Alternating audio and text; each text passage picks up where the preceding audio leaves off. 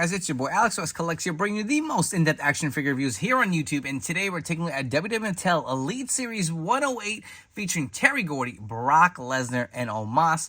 If you are interested in grabbing any of these figures or the full wave, it is now available and shipping from ringsidecollectibles.com. And you guys shop there. Use promo code FORLIFE to save 10% off your order. So happy to have Elite Series 108 in stock right before WrestleMania. Just a crazy time, an exciting time in wrestling. And we got some great figures to look at within this video review. We have the first time in the Elite Wave, Terry Gordy. I will admit he's a little before my time. I know the execution was like, was it like a one-off appearance? Was at that Buried Alive match where the Mankind and Undertaker fought? I believe that's where it's from. So I know a lot of people are excited for this figure. Personally, I'm curious to see what this figure has to offer. It's kind of a 2-in-1, so those are always fun. We do have the Elite Brock Lesnar with a cowboy hat and the denim vest. This looks great. I'll be honest, wasn't sure we were going to see the light of day with this figure with all the controversy with Brock Lesnar, but happy we do have this Elite figure in hand here. He does have that kind of screaming head sculpt on there. It does look pretty good. And we're getting a redone Omos, kind of, I believe, is this from his WrestleMania entrance gear last year? I don't really remember, but he kind of switched this kind of like hooded gear with the kind of the white wrist tape versus the black. I do have the original in my collection, which we will compare. I always love these bigger, like, superstar figures. They're always just fun to have in hand. There's just something about them. They just feel really good and bulky. You know, they're just always fun action figures to pose. But you'll see your standard box for your Elite collection here. You get the window box on the front as well as on the top. If you'll flip over to the side, you will see the nameplates as well as the first time line for Terry Gordy. Flipping all the way around, you will see the images of each wrestler. On the back, you get the larger images, as well as the other figures in the wave, and a little read-up. But enough chatting. Let's get all three of these guys out of their packaging and see what they're all about. Starting us off, we are taking a look at the giant Omos. So accessory-wise, you do get a set of interchangeable fisted hands. The pegs are painted in white, so that is pretty nice. He does come with two interchangeable mic open holding hands that are on the figure. Also, for the first time, we are getting his newest entrance gear. It's kind of like that half hoodie or whatever the hell he wears. It has a nice Omos logo here on the front with the red and the gold. Taking a look at the back, you'll see kind of how it's cut into like a little bit of a triangle, so I really do like the look of that. You do have some logos on the hood here as well, and it fits him pretty good. I do like that it doesn't really completely like cover his face, especially for the size of this figure, and it just kind of ports open here in the front with a clasp. Looks pretty cool. Let's actually remove it off the figure. It comes right off. Nice size. Looks pretty accurate for what I remember seeing in his entrance gear. I believe this is his WrestleMania 39 gear. Correct me if I'm wrong. But this figure does look pretty good. He does have the bald head. I do like the actual sculpted beard on there. Looks to be the same as his prior Elite. You will see the tank top underneath here. It does have the green, white, and black mold. Has the white wrist tape. I believe his last Elite had the black wrist tape. You can see how these hands are painted, man. Unfortunately, mine has a little bit of a chip. You can see it is molded in the white plastic, and then the flesh tone is usually painted over. Not a big deal, but I just want to point it out if people, wanted a better kind of look at that. Taking a look at the back of his singlet, you could see little designs here on the back. Also, the little coloring at the top. He does have a neck tattoo. It's kind of hard to see here. Let's see if we can get a zoom in for you guys. He's just so big, it's hard to like get him on camera. What else do we got for Omos? You can take a look at his pants. Like a nice, unique sculpt. I'm curious to see if this is new or just a reuse of the old one, which I would assume it probably is. He does have the pinless legs here as well as the pinless arms. Nice kind of larger boot mold here. Looks pretty good. I do like these. Like I said, I love these bigger figures. They're just fun to pose around and play with. And Omos really is a giant. I had the privilege of meeting him at the Mattel Design Center last year at WrestleMania. And this dude, no joke, is massive. It's funny because he was giving Steve Ozer from Mattel a hard time saying he wanted a new figure. So here it is, Omos. You have a brand new Mattel Elite. For your Omos comparisons, here is the brand new Elite 108 versus the Elite 97. You can see the head scan is the same. He does come with a necklace, which did not come with this new one. Same tank top mold. You can see the pants look to be a little different. If you can see the molding on the sculpting on his pants, it is definitely different on this new figure. Even the boots are newer. He does have the taller boots versus the smaller ones here. Both are great figures, but if I had to pick one, I really do like the newest figure. If you guys were curious to see what that entrance gear looked like on the Elite 97, it fits on him pretty good too, so you can have some options, but I do like the white wrist tape on him as well, so I'm going to give the nod to the Elite 108, but both are great fun figures. Our next figure is the first time in the line Terry Gordy figure. I'm sure a lot of you guys have highly anticipated this one. So this is actually a 2-in-1 figure. You get Terry Gordy and his just regular wrestling gear, and also the Executioner from his time with Mankind with the Buried Alive match versus The Undertaker. So let's move on and take a quick look at all the accessories that are included. So you do get a set of fisted hands. One does have the finger tape on here. Same with the other interchangeable mic open holding hands. So you'll see you have your generic Terry Gordy in ring gear, but you also get a plethora of accessories. So the Executioner is the one I remember, and honestly, I don't even really remember him on TV. I really just remember that Jack's playset. I feel like that 3-pack or whatever, 4-pack. With the Executioner, that's my most vivid memories of this. So when they first announced this figure, I was like, wait, what? And I had to like really think about it, but it's such a long time ago. So the other accessories included, you do get his little jumpsuit that you can put on underneath, does Velcro on in the back, does have some nice kind of red detailing here at the bottom. You also do get this axe that he did have. Looks pretty good, pretty pliable. I wouldn't worry about this breaking, so it looks pretty awesome. And look at this beautiful cloak, man. You can see it does have kind of the fringes that hang off with the hood. It does have the nice kind of red on the inside. It looks like they have some bands here. I guess maybe that's to put under his hands. Maybe you can have him put his cloak out or something. So that's pretty cool that they did include that. And it is big. It definitely looks really nice. I'm curious to see how it looks on the figure itself. And lastly, you get the interchangeable head for your Executioner. So if you guys want a quick kind of comparison of your Terry Gordy heads that are included, I'm curious to know which ones you guys are going to display. I always love the 2-in-1 figures. It definitely kind of forces people to buy it too, but me personally, Terry Gordy was before my time, so I'm probably going to go with the Executioner look. But before we switch out the accessories, let's take a look at the figure itself. So here's the head sculpt that comes on here. It does have this kind of like heavier face. Of course, he was a larger guy. You can see the nice sculpting of this kind of like curly hair with some nice coloration here. He's got the chic torso going here, so I do like the look of that. It gives him a little more size. His arms look pretty good. I feel like maybe they could be a little bigger, but it's okay. I think it fits the bill here. You can see he's got the black trunks. Nothing too crazy about the attire. I think that's the beauty of it, of having the 2-in-1 here. He does have the pin legs. I do want to point that out. Has the kind of like nice socks painted on under here. Nothing too crazy on the back. But let's come back. Let's swap him out in his Executioner gear. Swapping all the accessories on this figure, here we have our Executioner. I will say the soft goods was a nice execution. I do like the jumpsuit. I'm not going to say the cloak doesn't fit him well, but I feel like his head is a little swallowed by this hood at times, but it is a nice quality. You can see the axe does fit really good in his hand here. If you guys want to have it touch the ground, he can still hold it, so that's pretty cool. We will remove this off the figure. You can get a better look at this kind of cloak here. It really is a very nice size. Look at it touching the floor almost. Just kind of hovers right over it. Looks pretty awesome. I will say it's hard to execute like soft goods with soft goods. Like he's got the soft goods jumpsuit on underneath as well as this cloak. But I'm curious to see how these little, elastic pieces fit. I'm assuming he kind of like poured it over his arms or maybe in his hands, similar to like the Hulk Hogan cape. Let's see what works better because I have one on his hand and one on his wrist. I'm going to say the hand's probably better if you guys want to have him like kind of maybe the cloak out. Let's see if we can get it here. Just poured it into his hand. That looks pretty cool. I will say, like I said, the hood is a little big, but with some play, you can probably get this to sit really a little better than what I'm doing now for maybe some figure photography or something. But you do have the elastic pieces if you do want to go there. And this literally just comes right off of his head. And you get the jumpsuit and the interchangeable head on underneath, over on the cloth piece. Looks pretty good. I probably do like this a little better. I feel like he looks a little swallowed in this, I will say. But I do like the quality of it, so I'm not going to complain too much.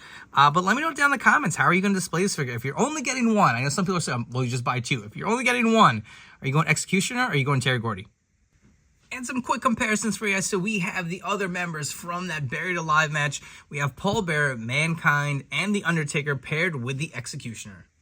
The last figure we are taking a look at is the Elite 108 Brock Lesnar. So I feel like with Brock, you get the same kind of figure over and over again, but it's nice that we're finally getting a little bit like a fresh coat of paint here. We're getting the cowboy hat. We are getting this denim vest that he wore at WrestleMania, but obviously it's the same ring gear. Other accessories included are a set of interchangeable mic open holding hands. He does come with the fisted hands on the figure, and it's nice that you're getting a new head sculpt here. He does have this screaming scam. We did see this on the latest Showdown 2-pack that recently came out with Brock. And I'll be honest, I didn't think this figure was going to come out. I was tempted to buy that Showdown 2-pack to head swap on an Ultimate. I grabbed an extra Ultimate, thinking maybe Brock may be gone from WWE with a plan of swapping this head on here, which we will do in this video review. And we can take a look and see if these parts fit, but it's nice that we did actually get this figure, and hopefully Brock is back with WWE. Who knows what's going on with that situation, but taking a look at the accessories, you do get this removable cowboy hat. We have seen this before. Looks pretty good. Also, this denim vest. Some people are saying maybe you could use this for your Monday Night War Scott Hall. One, it will not match the color of his jeans, and also this is a lot bigger, but you can see the nice kind of wash to it. I really do like the look of it. It does remove off the figure pretty easily. And underneath, you're going to get pretty much your same standard Brock Lesnar gear that he's been wearing for a very long time. So let's take a look. Get your Brock torso. Mine is a little loose. I feel like my torso is loose and his legs are a little loose. I don't know what the deal is, but maybe I just got kind of like a little defective one or something, but you'll see how loose that torso is. If you do have this figure, let me know down in the comments, because I feel like trying to get him to stand even before the video, I was like, his legs are really loosey-goosey, and he's on the ball joint, so I don't know what's going on there. Maybe just a little loose, but you do get the chest tattoo. You get the arm tattoo we've seen for a while. His infamous back tattoo. You can see the Brock Lesnar logo on his shorts. Same tat on the other side.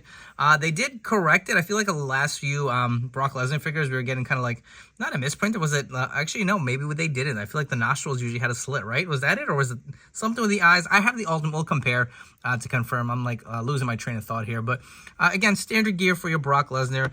I do like this set. I do like the accessories. So it kind of makes it a little worthwhile instead of just getting another Brock in black trunks. So we have gotten quite a few different Elite Cowboy Brock Lesnar looks from Mattel. We do have the Elite 99 here in the overalls.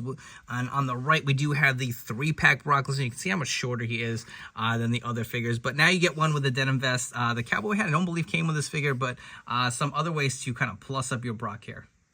Here we have the Elite 108 figure versus the Ultimate Edition Brock Lesnar. And to me, this figure was perfect. I feel like, why would you need another Brock Lesnar in your collection once you have this one? And Mattel gives us the answer. They threw in a new interchangeable head as well as some accessories.